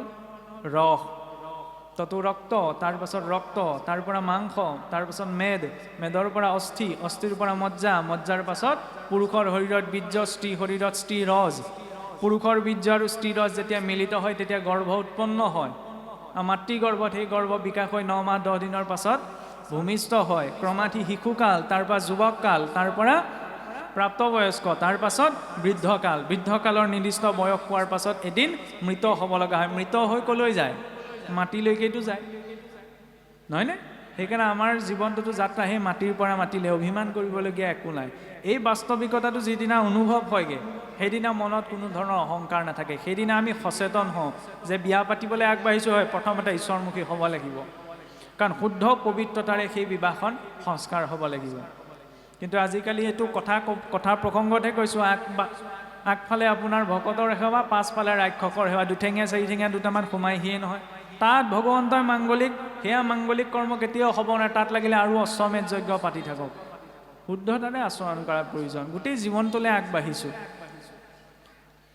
নিৰামিষ ভোজন কৰা মানে এইটো নহয় যে বইল ভাতকেইটাই নিৰামিষ, নহয়। বহুত ভাল ভাল নিৰামিষ ব্যঞ্জন বনাব পাৰি। অন্ততঃ সেই সংস্কাৰ হোৱা দিনকেইটাতো আমি শুদ্ধতাৰে আচৰণ কৰোঁ, সেই দৰ্শনটো লাগে। এতিয়া এইখিনি কথা কোনো কৈ লাভ নাই, কাৰণ আমি নিজৰ স্থিতিত অটল। কিন্তু এই মাৰ্গটোত যেতিয়ালৈকে আমাৰ নিজৰ চেতনাটোক আমি নিজেই প্ৰশ্ন কৰিবলৈ নিশিকোঁ, তেতিয়ালৈকে আমাৰ একো পৰিৱৰ্তন হোৱা সম্ভৱ নহয়। সেই দৰ্শন ঋষি কৰ্দমই সেইকাৰণে আগতেই দিছে, যিগৰাকীয়ে তোমাৰ চৰণ ভজনা কৰে। কাৰণ চাওকচোন, গৃহস্থী আশ্ৰমখনত যদি স্বামীয়ে যদি ভাবি লয়, খেলি মেলি কেতিয়া সৃষ্টি হয়? যেতিয়া আমি অধিকাৰৰ প্ৰসংগটো লৈ আনো। পত্নীয়ে যদি ভাবে এইখিনি কথা আচলতে আমাৰ মুখৰ পৰা নোসোৱায়, কাৰণ আমি সেই অৱস্থা পোৱাগৈ নাই। কিন্তু ভাগৱতৰ আলম লৈ আমি প্ৰকাশ কৰা হৈছে, যদি পত্নীয়ে ভাবি লয় যে মোৰ মতে স্বামীয়ে এইটো কৰিবই লাগিব, কাৰণ মোৰ স্বামী হয়, মোৰ মতে চলিবই লাগিব, অধিকাৰৰ কথা আহি পৰিলে, নহয়? আৰু স্বামীয়েও যদি ভাবি লয় মোৰ মতে পত্নী চলিবই লাগিব, অধিকাৰৰ প্ৰসংগিকতা আহি পৰিলে। ল'ৰা ছোৱালীয়ে যদি ভাবি লয় মোৰ মা দেউতা মই কৈছোঁ যে এতিয়া গোটাই দিবই লাগিব, অধিকাৰৰ কথা আহি পৰিলে, খেলি মেলি সৃষ্টি হ'বই। কিন্তু যদি ভাবি লয় যে তেওঁ ঈশ্বৰৰ এজন ভক্ত, যে মোৰ পিতৃও ঈশ্বৰৰ ভক্ত, মাতৃও ঈশ্বৰৰ ভক্ত, আৰু পিতৃ মাতৃও ল'ৰা ছোৱালীৰ ওপৰত অধিকাৰ নেদেখুৱাই যদি ভাবে যে কেৱল মোৰেই সন্তান নহয়, ঈশ্বৰে দিলে কাৰণে তেওঁলোকক পালোঁ, নহয়নে? গতিকে মোৰ মতেই যে চলিব লাগিব, আমাৰ মতেই যে সকলো কৰিব লাগে, এনেকুৱা নহয়। তেওঁলোকৰো স্বাধীনতা এটা আছে। কিন্তু স্বাধীনতাৰ নামত কিছুমান উৎপাত নহয় বোলে। স্বাধীনতাৰ নামত বাইকখন বিচাৰিলে গোটাই দিলোঁ, আইফোন বিচাৰিলে গোটাই দিলোঁ, পিছত বোলে বাইকখন চলোৱা নাই, বাইকেহে চলাই ফুৰিছে, সেইটো অৱস্থা হ'লে বেয়া হয়গৈ। সেইকাৰণে সংযমিতাটো লাগে। এই সংযমী ভাৱটো থাকিবলৈ যেতিয়া অধিকাৰৰ প্ৰাসংগিকতাটো জীৱনৰ পৰা আঁতৰাই ৰাখোঁ, তেতিয়া আমি ইজনে সিজনক যেতিয়া ভক্ত বুলি ভাবোঁ, তেতিয়া সমস্যাটো নাইকিয়া হয়।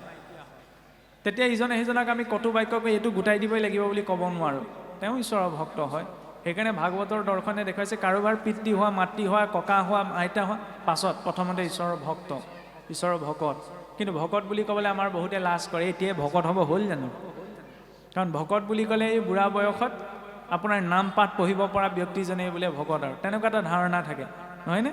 কিবা এটা গৃহস্থী ঘৰখনত পাতিলেও সকামটো হৈ গ'লে ভকতো গ'ল আৰু দেই আজৰি, যেন ডাঙৰ সমস্যাৰ পৰাহে উদ্ধাৰ হ'ল।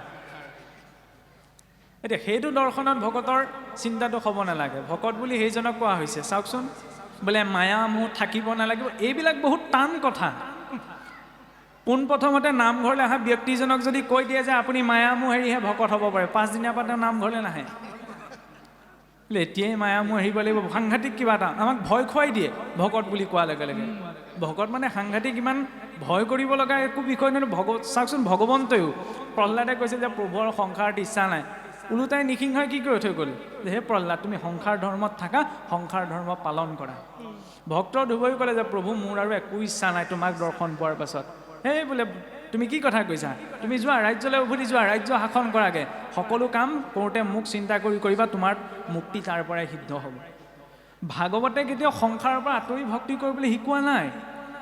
সংসাৰৰ পৰা আঁতৰি পেলাই ভকত হ'বলৈতো আমাক কোৱা নাই। এইখিনি সামাজিক কৰ্মহে। আমি সেইকাৰণে নিজকে ভকত বুলি ক'বলৈ অকণমান নিজৰ মনৰ পৰা লাজটো আঁতৰাব লাগে। নহ'লে আজিকালি বহুতে ভকত বুলি ক'বলৈ লাজ কৰে। কেলৈ লাজ কৰে? এই এতিয়াই ভকত বুলি মানসিকতাটো কি সোমাই আছে, সেই বৃদ্ধ বয়সত সকাম নিকাম খোৱা এটা চৰিত্ৰ, সেইটো নহয়। সেইখিনিতো সামাজিক কৰ্মহে। নামতে যাহাৰ পুৰুষ উদ্ধাৰ নিন্দে টান দাস বুলি কোনোবাই আকৌ যদি কয় এই বৰ ভকত ওলালে, তেতিয়াহ'লেতো পৰম কৃপা। কেলৈ পৰম কৃপা জানেনে? কাৰণ তেওঁ জনাই নাই ভকত কি। আকৌ নজনাৰ পাছতো আপোনাক কি বুলি কৈছে, বৰ ভকত ওলালে। নিচিনি পেলাইও স্বীকাৰ যে কৰিছে, সেইটো ধন্যবাদৰ কথা, বহুত ভাল কথা। অসন্তোষ কৰিব নালাগে। কিয় অসন্তোষ কৰিব নালাগে? কাৰণ ভকতীয়া বুলি যদি দুষ্টে নিন্দে কৰে নানা উপহাস, আতয় সন্তোষ নকৰিবা ৰোষ, সিটো হৈবে সৰ্বনাশ। নামতে যাহাৰ পুৰুষ উদ্ধাৰ নিন্দে টান দাস বুলি, নিদিবা সাক্ষী খাইলে দুয়ো আখি, জানিবা সেহি তুকলি। যাৰ নাম ল'লেই বোলে জীৱৰ 21 পুৰুষ উদ্ধাৰ হয়, তেওঁৰ নাম ল'লত যদি কোনোবাই হাঁহিছে, উপলিঙা কৈছে, বোলে সাক্ষী দিয়াৰ প্ৰয়োজন নাই, কলিৰ মূৰ্তমান স্বৰূপ সেইজনী। 10জনৰ আগত মই বেয়া মাত এটা মাতিবলৈ লাজ নকৰোঁ, কিন্তু 10জনৰ আগত ৰামকৃষ্ণ বুলি ক'বলৈ লাজ কৰোঁ। ইয়াতকৈ আৰু বিকৃত মানসিকতা কি আছে? ভাবি চাওকচোন। সেইটোতো আজিকালি হৈ আছে ন, যে আমি কাহানিও মিতিৰ কুটুমকতো এইটো নুসুধো, ফোন কৰাৰ সময়ত বোলে কৃষ্ণ ভালে আছনে? কাৰণ আমি ভাবি থাকোঁ কি কৃষ্ণ মানে কি এই ভকতৰ আগত উচ্চাৰণ কৰা শব্দহে। কিন্তু কৃষ্ণৰ চিন্তন যে সেই গৃহকৰ্ম কৰা সময়টো লাগে, সেইটো আমি বন্ধ কোঠালি এটাত চাবি মাৰি থৈ দিছোঁ। তাৰ জৰিয়তে আমাৰ মনৰ কোনোবাখিনিৰ এইটো চিন্তা এতিয়াও সোমাই আছে যে কৃষ্ণ ৰাম এইবোৰ ভক্তি, এইবোৰ নামঘৰলৈ যাওঁতে লৈ যোৱা বস্তুহে, বাকীখিনি সময়ত দৰকাৰ নাই। সেইটো চিন্তাত নহ'ব। আমি এইটো অন্ততঃ অভ্যাস যদি কৰোঁ যে কাৰোবাৰ সৈতে কোনোবাই ঢেৰ কিবা কিবি, তাৰ মাজত গৈ আপুনি গহীনকৈ কৃষ্ণ বুলি কয়, ওলোটাই আপোনাক একো ক'ব নোৱাৰে। সেইটো হৈছে কৃষ্ণ নামৰ শক্তি। আৰু মানুহ হৈ যদি মানুহৰ দৰে শুদ্ধ বাক্য উচ্চাৰণতে আমাৰ নিজৰ নিয়ন্ত্ৰণ নাথাকে, তেতিয়াহ'লে মানুহ হৈ আমি কোন ক্ষেত্ৰত ক'ব পাৰোঁ? অসুৰৰো বাক্য সংযম আছিল, আমাৰ যদি মানুহৰ যদি নাথাকে, তেতিয়া সেই মনুষ্যত্বৰ অৱনতি সেইখিনিতেই ঘটে। আমি যদি আনক দেখুৱাই বোলে কিছুসকলে এনেকুৱা কয় নহয়, মই নামঘৰলৈ নাযাওঁ, কেলৈ নাযাওঁ? দেখুৱাই ভক্তি নকৰোঁ, ভকতৰ মাজত থাকি এতিয়াই গুচিব পৰা নাই, কিন্তু মই গীতা ভাগৱত ঘৰতে অধ্যয়ন কৰি থাকোঁ। সেইটোও সংসাৰ আটাইতকৈ ডাঙৰ ভ্ৰমত আছে। কিয় আছে? কাৰণ ভাগৱত নিজৰ গৃহতেই নিজেই পঢ়ি পেলাই বুজি পোৱা এভাগ শাস্ত্ৰ নহয়। সৎসংগ অবিহনে শুকদেৱ, মহাৰাজ পৰীক্ষিত, সুতমুনিয়েও নিজৰ শ্ৰেষ্ঠ গতিৰ কথা কোৱা নাই। ভগৱন্ত কৃষ্ণই উদ্ধৱক শেষত ক'লৈ যাবলৈ কৈ থৈ গ'ল? সৎসংগলৈ। সৎসংগ অবিহনে গতি পোৱাটো সম্ভৱ নহয়। নিজেই দেখুৱাই আমি যেতিয়া আনক দেখুৱালে ঘড়ীটো পিন্ধিব পাৰোঁ, নহয়নে? মোৰ ঘৰত বগা কুৰ্তা ঢেৰ আছে, মই আজি আপোনালোকৰ ইয়ালৈ আহোঁতে এইটো কুৰ্তা কেলৈ পিন্ধি আহিছোঁ? যাতে অকণমান চকুত লাগে, নহয়নে? খোলা খুলিকৈ কৈ দিছোঁ। এতিয়া আনক দেখুৱালে যদি মই চোলাটো পিন্ধিব পাৰোঁ, চফা চোলাত কাপোৰযোৰ কিনিব পাৰোঁ, দামী কাপোৰযোৰ মই কিয় কিনো? পাতল কাপোৰযোৰ পিন্ধিলেওতো ঠাণ্ডা গৈছে, দামী কাপোৰযোৰ যাতে মানুহৰো চকুত লাগে। ভৌতিক জগতখনত যেতিয়া মানুহৰ চকুত লাগিবলৈ ঘড়ীটো চোলাটো মই পিন্ধিব পাৰোঁ, এতিয়া ভক্তিও মানুহৰ চকুত লাগিবলৈ কৰিব লাগে, যাতে ভক্তসকল কাষ চাপিহে অসুৰসকল আঁতৰি যায়। কিন্তু যদি আপোনাৰ বাহ্যিক ৰূপটো দেখিয়ে যদি গমেই নাপায় ভক্তই নে অসুৰেই নেকি, তেতিয়াহ'লে সকলো কাষ চাপি আহিব। এতিয়া কাক ধৰিব, কাক এৰিব? সেইকাৰণে ডিষ্টেঞ্চটা মেইনটেইন কৰি ৰাখিবলৈ এতিয়া সেইটো ব্যক্তিগত অনুভৱৰ পৰাহে প্ৰকাশ কৰিছোঁ। আপুনি ক'ৰবালৈ লং পেণ্ট এটা পিন্ধি যাওক আৰু ধুতিখন পিন্ধি যাওক, পাৰ্থক্য সেইখিনিতেই দেখা পাব। আমাৰ নিচিনাকৈ দীঘলকৈ ফুট এডাল লৈ গ'লেতো কথাই নাই। গতিকে তাৰ জৰিয়তে কি কোৱা হৈছে যে বৈষ্ণৱৰ যিটো বেশভূষা, এইটো নহয় যে এনেকৈ কৰি পেলাই আৰু ভকত হৈ পেলাই চলি থাকিব। আৰু প্ৰকৃততে আমিও ভাওহে জুৰিছোঁ, ভকতিৰ ভটো কৰিব পৰা নাই। কিন্তু ভাও কৰাৰ ক্ষেত্ৰত এইটো নহয় যে আমি ইয়াত কপটতাৰে কিবা কথা প্ৰকাশ কৰিছোঁ, আমি ইয়াত কপটতাৰ কথা কৈছোঁ। ভাও জোৰাৰ শব্দৰ তাৎপৰ্য আমি এইটোহে ক'ব বিচৰা হৈছে, যেতিয়া গাঁৱত ভাওনাখন পাতোঁতে কৃষ্ণ ভাওটো দিয়া হয়। এতিয়া সেই অভিনেতাজনে যেতিয়া কৃষ্ণ চৰিত্ৰটোত সোমাই পেলাই প্ৰৱেশ কৰে, তেতিয়া চাই থকা ৰাইজেও কয় যে সাক্ষাৎ কৃষ্ণ যেন লাগিছে দেই, মানে চৰিত্ৰটোৰ ভিতৰত সোমাই পৰিছে, নহয়নে? গতিকে আমিও শুদ্ধ ভক্তি কৰিবগৈ নোৱাৰোঁ, আমি ইমান মানে সংসাৰখনত বদ্ধ হৈ আছোঁ। সেইকাৰণে ছজন ঐকান্তিক ভক্ত নিৰ্দিষ্ট, হয়নে? উদ্ধৱ, বিদুৰ, মৈত্য, জাম্বৱন্ত, বিভীষণ আৰু হনুমন্ত। তেওঁলোকক মাত্ৰ আমি অনুকৰণহে কৰিব পাৰোঁ। এতিয়া অনুকৰণ কৰিবলৈ যাওঁতে ভাওখন যাতে এনেকুৱাকৈ কৰিব যাতে দেখাসকলে কয় যে ভকত যেন লাগিছে দেই। এতিয়া এই ভাৱনাটো যাতে ভগৱন্তৰ ওচৰত উৎপন্ন হয়, কাৰণ মনুষ্যৰ ভিতৰতো সহস্ৰজনৰ ভিতৰত এজনেহে গতি পোৱা সম্ভৱ। মনুষ্যানাম সহস্ৰেষু কশ্চিৎ য়ততি সিদ্ধয়ে যততামপি সিদ্ধানাম কশ্চিৎ মানাং বেতি তত্ত্বতঃ। কিন্তু যেতিয়া আমি ভালকৈ ভাওখন আচৰণ কৰিম, তেতিয়া ভগৱন্তই কিজানি যদি ভাবে যে হয় দেই ভকতৰ ভাওখন হ'লে ভালদৰে জুৰিছে, এওঁক পাছ কৰি আনিব পাৰি। কিন্তু যদি ভকতৰ চৰিত্ৰটোত আমি সোমাই পেলাই ভালদৰে ভাও ধৰিব নোৱাৰোঁ, তেতিয়াহ'লে ইউনিফৰ্মযোৰ কাৰ পিন্ধিছোঁ? ভকতৰ।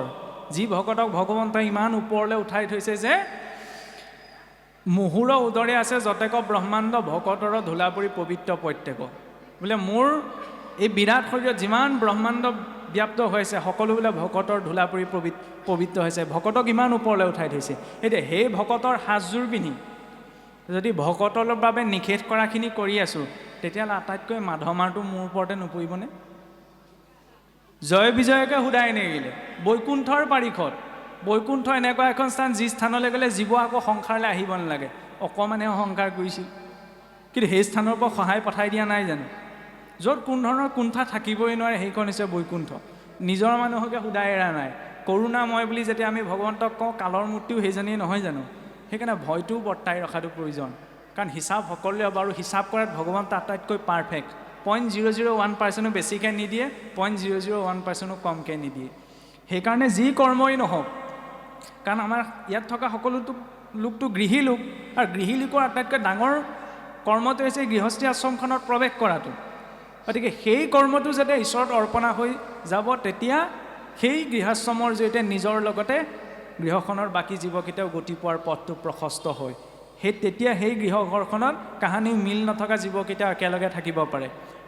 মহাদেৱ শিৱ বৈষ্ণৱ দৰ্শনত ভগৱান বিষ্ণু আটাইতকৈ পৰম ভক্তৰ ৰূপত মহাদেৱক গ্ৰহণ কৰা হয়, নে বৈষ্ণৱা নাম যথাসম্ভৱ। মহাদেৱৰ পৰিয়ালটোলৈ চাবচোন, ডিঙিতে আছে সাপ, পুতেকৰ বাহন নিগনি, সহজকৈ যদি কওঁ গণেশৰ বাহন মূচক নিগনি নহয় জানো? তেওঁৰ পত্নীৰ বাহন সোমনন্দী নামৰ সিংহ, আৰু তেওঁ আন এজন পুত্ৰ কাৰ্তিকৰ বাহন হৈছে কি? ময়ূৰ। সাপ, ময়ূৰ, নিগনি, সিংহ, আৰু তেওঁ নিজৰ বাহন নন্দী নামৰ ষাঁড় গৰু, নহয়নে? এতিয়া এই জীৱকেইটাৰ কাহানি বা মিল আছেনে? কিন্তু পৰিয়ালটোতো একেটাতে আছে। গতিকে য'ত ভক্তি থাকিব, য'ত বিনয়ী ভাৱ থাকিব, তাত বিপৰীত গুণযুক্ত জীৱকেইটাও একেলগে থাকিবলৈ বাধ্য।